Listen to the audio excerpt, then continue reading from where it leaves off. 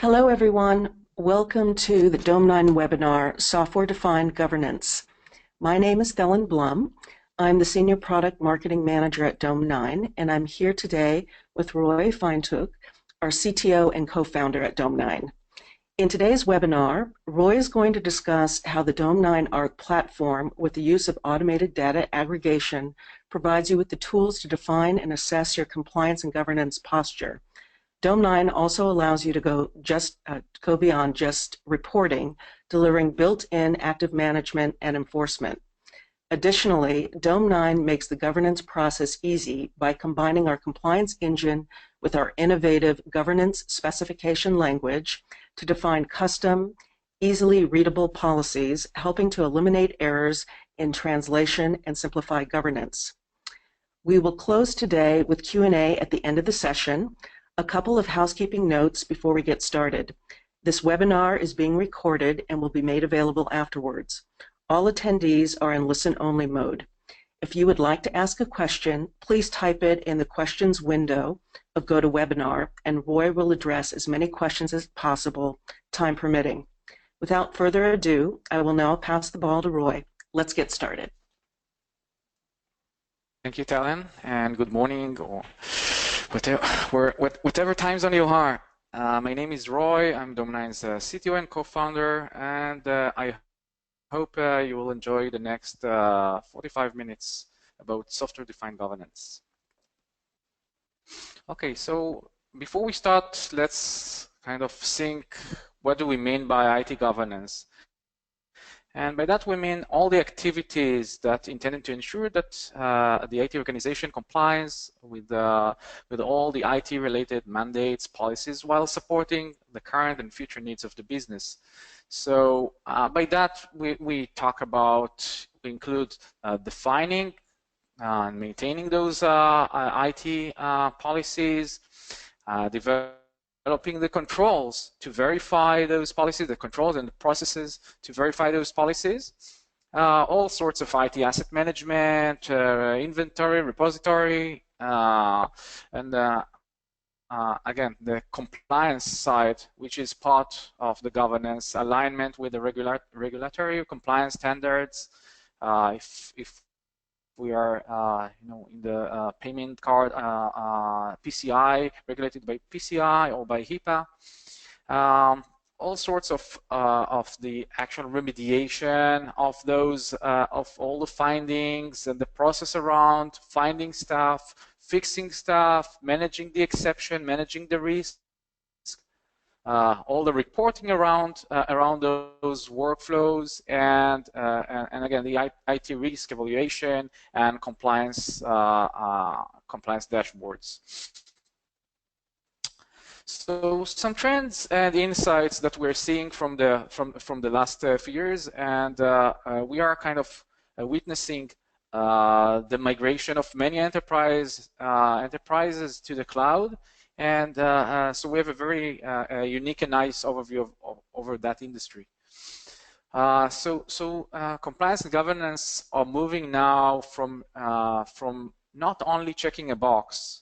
The companies that we see and we deal today strive to achieve real security, right? It used to be two different kind of realms. You've got the checkboxes and the Word document side, and you've got the real security stuff. We're starting to see those two converge, and another kind of data point is that we see all sorts of regulation and standards, ranging from something very, very low level, prescriptive. You should do X, Y, Z. The CA standards are a good example for that, and if you are familiar with the CAS foundation benchmark for AWS, for example, this is a good example of a very prescriptive benchmark how to measure the security posture of your Amazon AWS environment. So from that kind of being the most specific prescriptive one to the more broader, sometimes more fuzzy compliance like HIPAA. that really requires the organization to interpret the main essence of the rule. And okay, so maintain a data classification a program or methodology. Okay, now what do I do with that? Okay, another thing that we're seeing is and this is we're seeing that more and more is the increased interest in all sorts of custom rules and customization and building organization-specific checks, right? Because it is partially related to the previous section, where there is a great room for the enterprise to interpret those policies. So that interpretation process actually yields some controls and check that are specific to that organization, to the way that that organization interpreted and implemented that high-level requirement.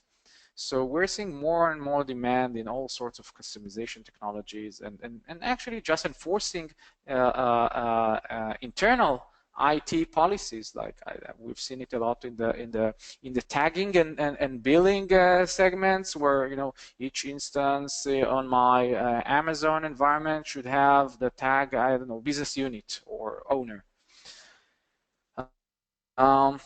We're starting to see the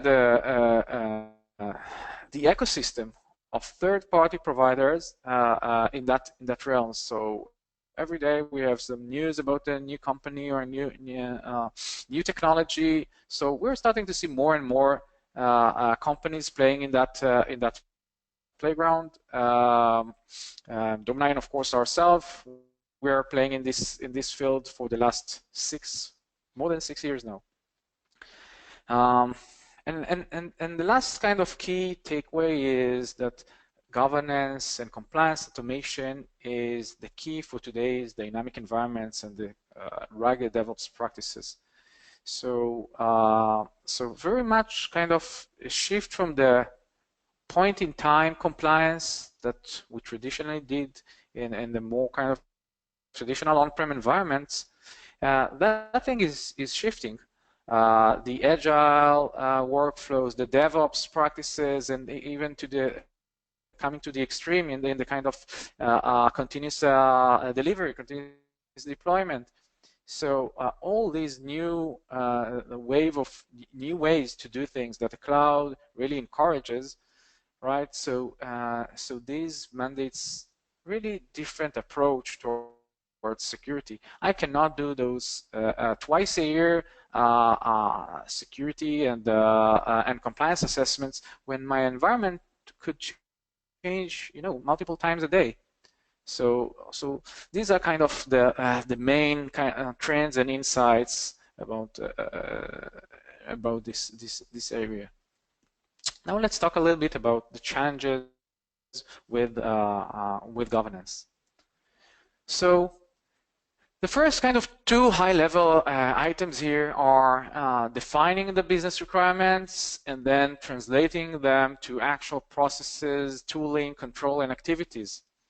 And there we have the kind of a very large possibility for mismatch between those who define those higher level requirements, and it could be again the regulatory and industry specific regulators to internal kind of IT leaders and policy that define the policy, and that mismatch between those high level policies to the actual translation and to the actual deployment of the right tools, the right scriptology, the right controls and processes to achieve that. And that kind of mismatch causes a lot of lost in translation scenarios, and in essence mandates a very very heavy and friction with high friction kind of process.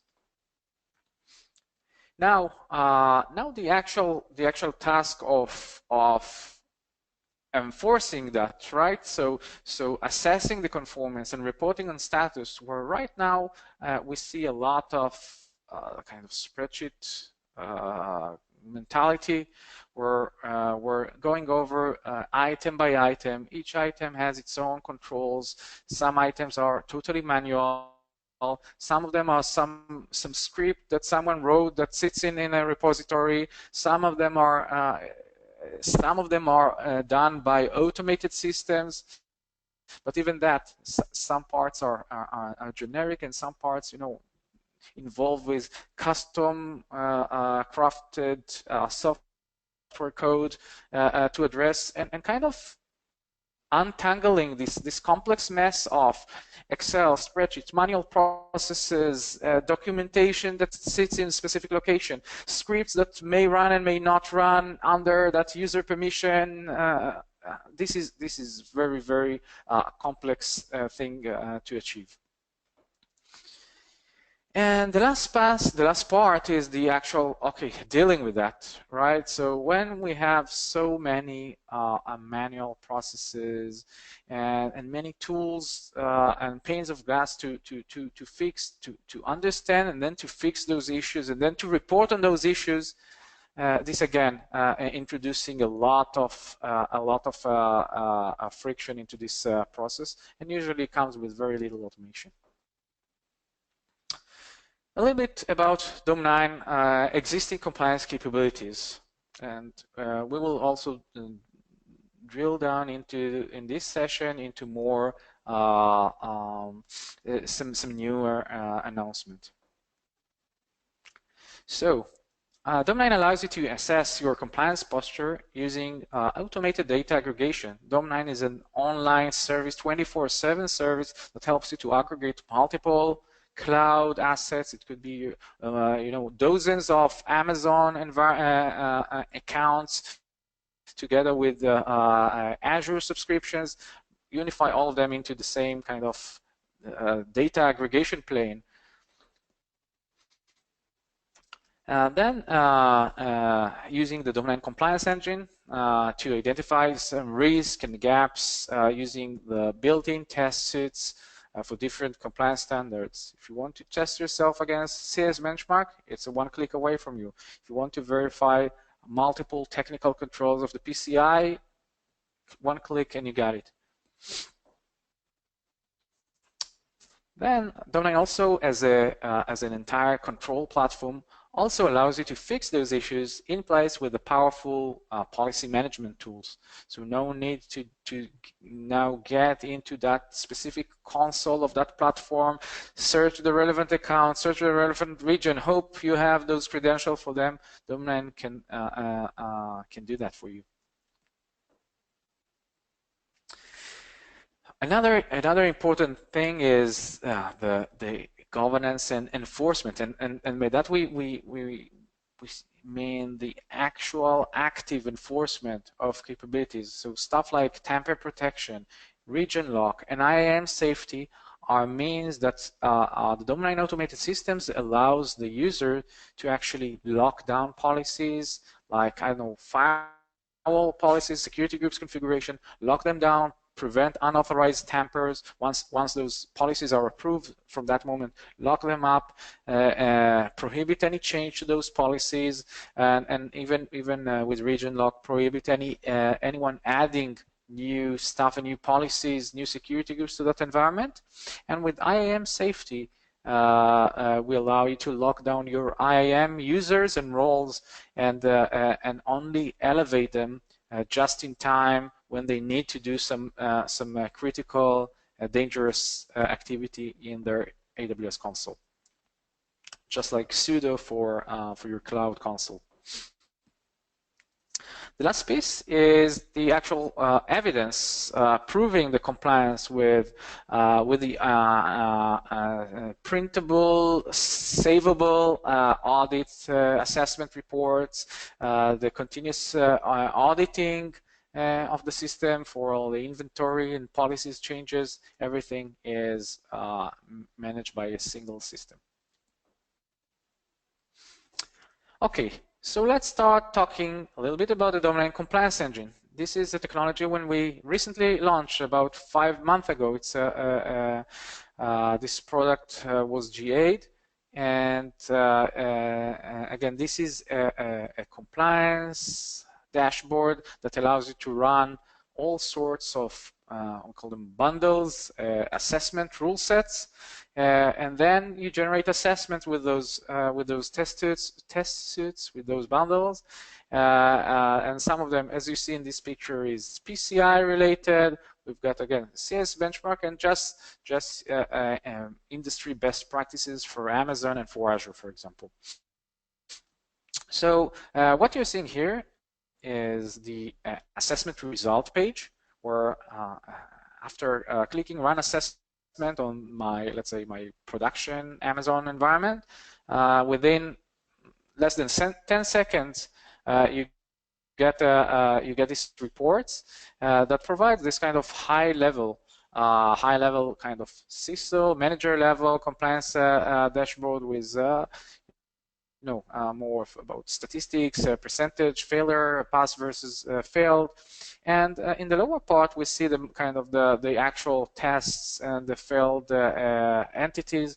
We can check every item here. We can click here to expand and see the actual, I don't know, the actual assets, entities that have failed the tests, and then print them and send them to the team to fix, or fix them directly within the Dome9 console. Another key component is beyond the reporting, the active management and active enforcement, and I kind of mentioned that. So with the tamper protection and region lock, which are two related capabilities in the Dome9 system, you can validate and verify the security level and the status of your environment. And once you're happy, once you're approved, and that is especially relevant for our financial customers and highly regulated industries where they do not accept the risk of some DevOps dude having some bug in his script and opening the databases to the entire world because of a misconfiguration, or so it could be unintentional stuff, or even deliberate stuff. Those organizations would like to approve the policy, validate them, verify them, and then lock them from that moment, and only open them in specific change windows. So the region lock and the tamper protection are two related technologies that help you to lock your existing policies, and with the this is the tamper protection, and with the region lock actually prevent introducing changes to new policies, new security group to these regions. So it can also be used to make sure that no one is hitting up or starting to deploy and changing policies in unused regions. Let's say I have some data locality regulations. I need to operate on the US, so we can lock down to make sure that no one will turn on the Ireland region, for example. And now for the announcement. I think that was only announced yesterday, so it's very new stuff. We're introducing the Governance Specification Language, or GSL, and that is and I kind of covered that a little bit in the intro. The need to create custom rules is a great need. And again, from describing your own security and IT DNA, right, to actually implementing those high fuzzy kind of regulation and requirements, all of these require you to model your own kind of your own policies, and traditionally that was very difficult to achieve. It was either done manually, and you had processes, send it to all your team members, had them in a shared repositories, notify them to your employees and peers from time to time, and then had a process to really validate that the people are enforcing those policies. And it could be for again, from just simple tagging my assets or data classifying my my data repositories to some more sophisticated stuff. So it was either done manually or in the last, let's say, 1 or 2 years, we're starting to see automated ways to do so. So another kind of cloud provided technology for that was and is still config rules by Amazon AWS, which allows you to react to changes in your environment and then write custom code to address that.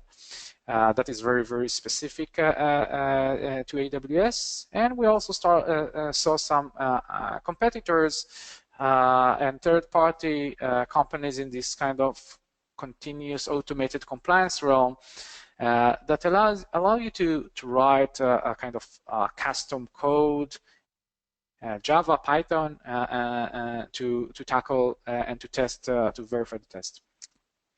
The thing that we saw that these technologies, while make sense and powerful, are not really accessible by the masses.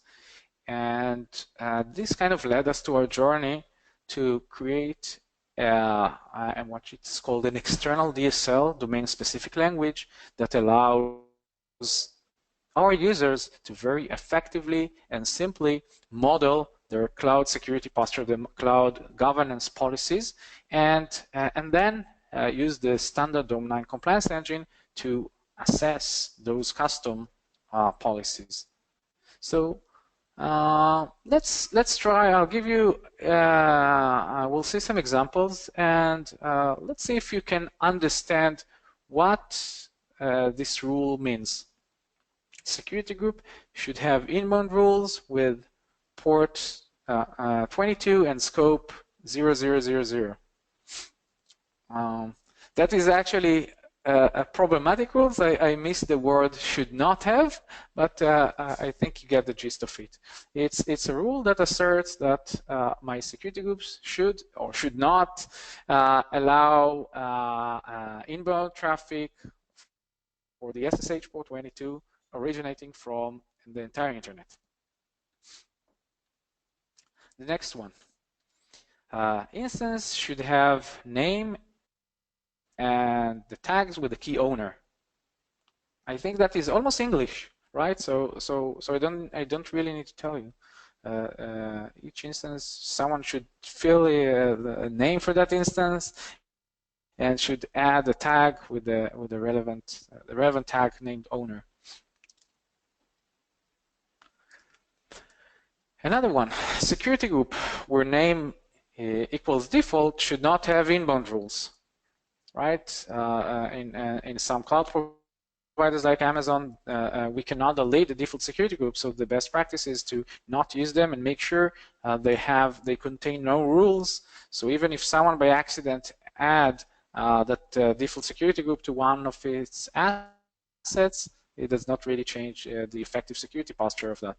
So this is a way to fight against that by verifying programmatically or logically that all the default security groups in our system have no rules inside. The full rule should also cover outbound rules. I've removed that for simplicity. So what we're seeing is concise, human-readable policies that really eliminate the errors in translation and simplify governance. Just to show you how powerful it is compared to the existing state of the solution that we have now. So this is one of our competitor that provides some customization capabilities for their customers, and I didn't have place to copy to have a snapshot for the entire code. In this case, this is Ruby code that checks a trivial test. Verify that I don't know, my security groups do not allow the CIFS protocol do not allow that to the entire internet. Okay, so so that is, and there is almost 100 lines of code there. I couldn't print screen everything, and just for this trivial test. And again, doing a lot of transformation and error handling and traversing over the complex data structures natively provided by AWS, and then doing the actual test if that is UDP and includes the port, I don't know, 445, something like that. So that is the state of reality right now. And this is the new way to do things. This is how you define the same rule using the GSL, the Domain Compliance Engine, with the GSL language. Instance should not have inbound rules with port 445 and protocol UDP and scope 0000. That is 90 characters compared to 90 lines of complex Ruby code. And that is not only super easy and trivial to create by non-developers. This is also something that your auditors, okay, they could review that and see for themselves that that it is that you have this kind of control, rather than pointing them to a repository of Java code or Ruby code and say, yeah, those thousands of lines of codes really interpret our policies. Now, taking that even to the next level, because we have such a concise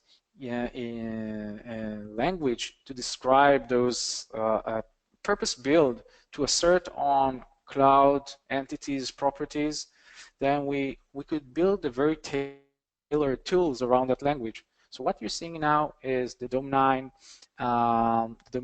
rule builder, which allows you to build your own governance and compliance rules with just a visual editor.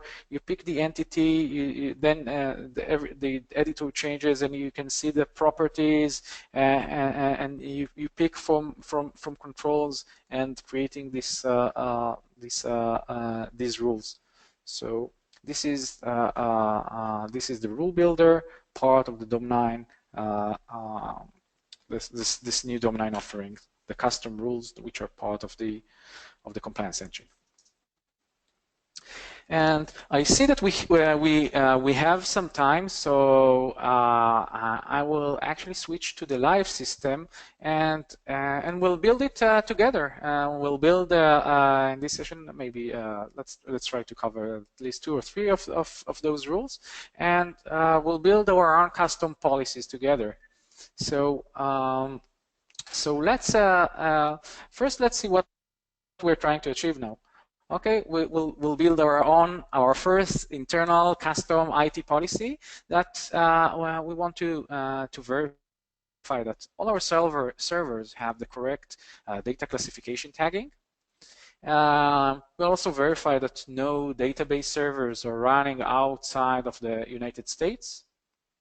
Okay, we'll also verify best practice in Amazon to verify that the root user that is outside of the IAM policies, this user is not actually logging into the console and doing stuff. And another thing, another IT policy, let's verify that all our users have MFA for the Amazon console. Okay, so with that, let me switch to the Dome9 system. And if you're not familiar with that, so this is the Dome9 Arc platform. It contains a lot of stuff which I'm not going to cover on this session, from network security to identity and access management. We're now focusing on the compliance engine. So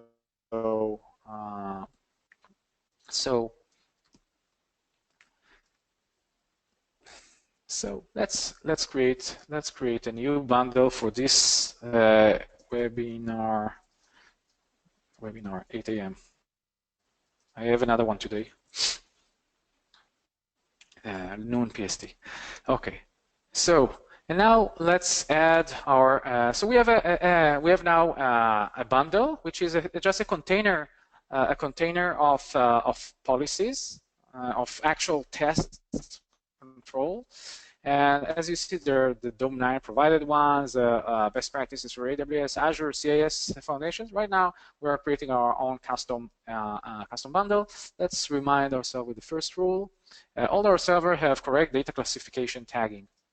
Okay, so let's create this rule, a new rule.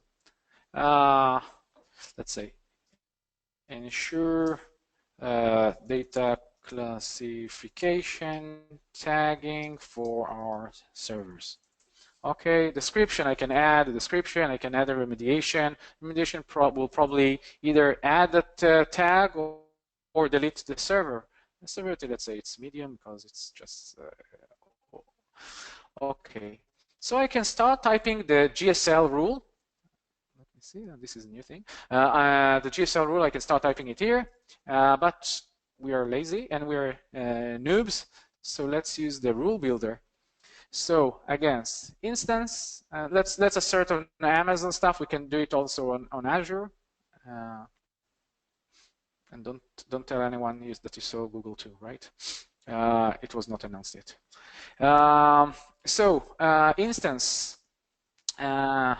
Instance should have, and now the properties of the instance, Dome9 automatically populates that. So an instance should have tags.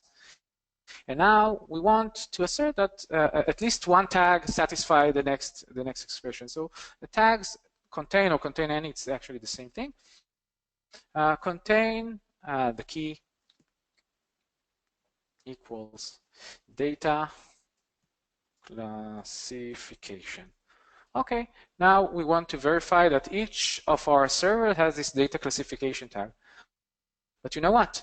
Maybe someone just entered junk into that, and I've got some another automated process that verify the data classification against predefined values like high, medium, and low. Okay, so let's also add and the value should be something in the approved values. So we said high, let's say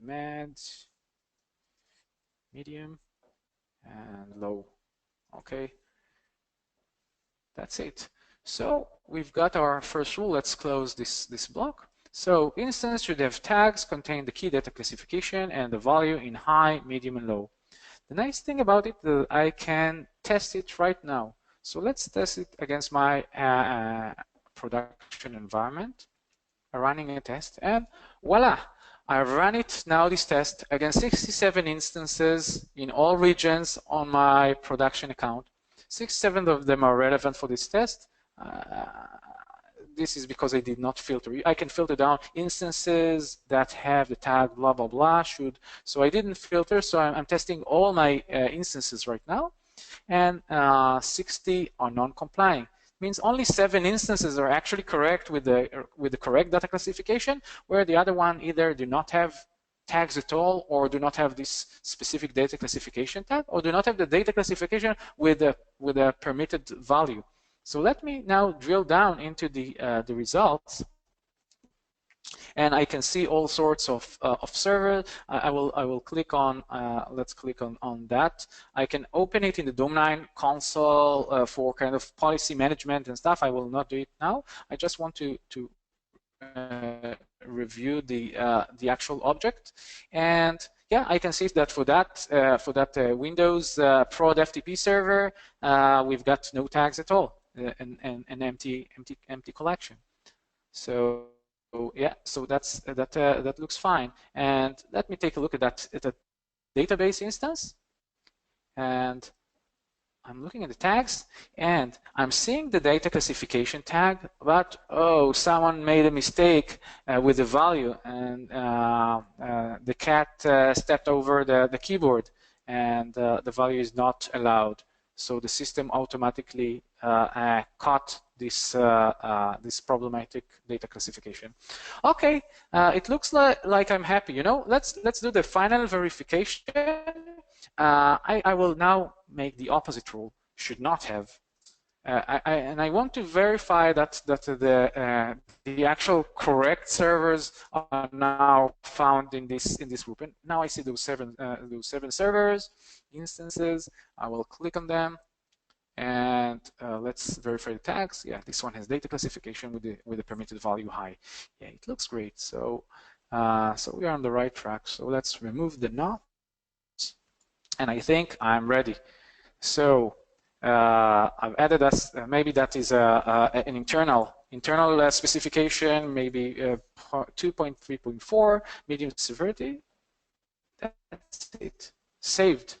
Now we've got our first rule, and we've got an automated system that that now can run assessments and verify this test. So this test is human writable and human comprehensible, yet machine enforceable.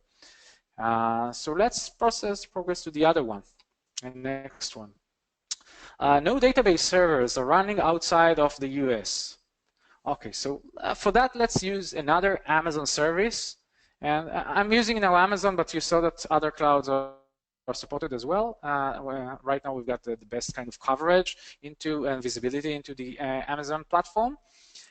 So let's create another rule, which is about this RDS only operating on US soil. Okay, new rule. RDS servers should only operate in the US. Okay, description, blah blah blah. Remediation. Remediation in this case, if we have some data sovereignty issues, then you know the remediation is very simple. Just delete the server, right? So we'll put it on severity high, and let's delete the server. We're complying not to have our data on different, and let's start to build the. So we see the RDS service. So RDS should have. And now it's a matter of taste. Do you like to have positive rules, or do you like to have negative rules? I actually most of the time I prefer the positive rules. Like RDS should have a region in the US rather than not operating in non-US region, right? So it's a matter of taste. I prefer to keep it simple. So RDS should have region, and you know maybe I don't. And actually, Amazon has multiple regions in the US. All of them are okay, fine by me, and maybe you know they're adding new regions from time to time. I don't want to maintain that. So as a lazy developer or lazy human being in general, I really don't want to maintain that. So let's use wildcards, and so the region. So we'll use. If you're familiar with SQL, the language, then you know the like operator. So it's very like the SQL. And by the way, GSL was inspired by many aspects of the SQL language. So let's use the wildcard US something. It's usually US East 1, US West 2. So US wildcard, and RDS should have region like US. That's it. That is the rule to verify that all our database servers operating under the on US soil. Let's test that. And great, I see I've tested 2 servers. All of them are running in the US, 0 non-complying. It makes sense. I will just again for debugging or to verify my rule, I will negate it and take a look at those MySQL servers. Yeah, and they're running in Oregon and North Virginia. That looks great. I can save it. Save. Okay, we've got our second rule. We will not have time to cover the root user does not log into the AWS console, or all our users have MFA. But I think you got the gist of it, right? I am user, blah blah blah, and again, you get it. So with that, I'm kind of I will will finish now my session. Actually, before that, I'll just run my assessment one time to show you the result of that. And in this case, it took the system 5 seconds to run it. I've tested multiple entities, instances, RDS servers. One passed, one failed, and I got the drill down. I can print it. So that's the Dome9 assessment engine, and the compliance engine with the GSL custom rules in a nutshell. I am now open for questions. All right. Well, thank you, Roy. It looks like we've received a few questions. The first one is, can you write any test in the governance specification language?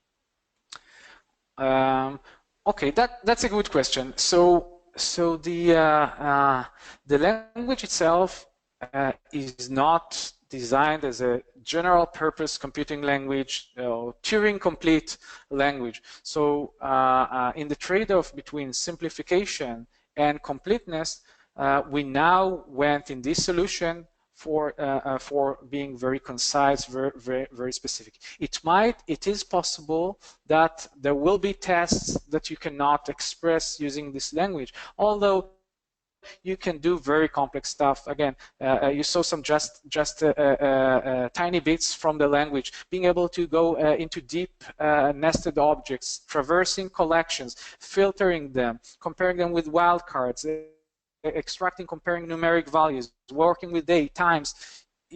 This is very powerful, but again, this is not designed as, this is not Java, right? This is something that is trivial. If just like compare what Splunk did to the search industry, right?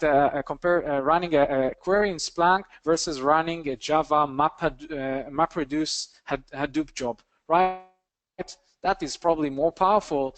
You can express much more computation in a Java running MapReduce, but running quickly getting a Splunk assessment, a Splunk query or Sumo Logic or whatever you're using, that is trivial to do. So this is very similar a concept applied now to the cloud governance realm. Okay, and we have a second question. Do you have API for the compliance engine? Yeah, that's actually, I wanted to cover, we didn't have time for that. So everything in the Dome9 system in general is powered by API. So we have in the Dome9 GitHub, you can find a project called Cloud Supervisors, which actually demonstrates how to use the Dome9 compliance engine via the API, and using that for automated tests. And not only that, that also provides some implementation of active remediation. So that script is running a specific test that you specify, and then according to the results that it actually can implement actions on the failing entities, like stopping instances and tagging stuff. So that is feel free to visit the GitHub, Dome9, and the Cloud Supervisor project to see how to do it. Great. All right. Well, thank you, Roy. All right, everyone, this concludes today's webinar. Thank you for attending. If you have any further questions on the information presented today, please don't hesitate to reach out to us via the email Q&A, so the letter Q, the word and the letter A at dome9.com. I have a few final notes. If you enjoyed the webinar presented today and would like to experience the Dome9 Arc platform for yourself, we are offering a 14-day free trial. Please go to our website at www.dome9.com and click on the Get Started button on our home page. Just register and a representative from Dome9 will contact you to activate your free trial. Additionally, if you liked the webinar today and would like to hear more about the public cloud security solutions Dome9 provides, please visit the resources page on our website and sign up for several of our upcoming webinars. The next one will be February 23rd, and it's entitled Better IAM Protection in an AWS Environment. If there is a topic you'd like us to discuss, please contact us through our website and let us know. With that, we thank you for your time today and hope you found the content informative. This now concludes the Dome9 webinar. Enjoy the rest of your day. Thank you very much. Bye-bye. Bye.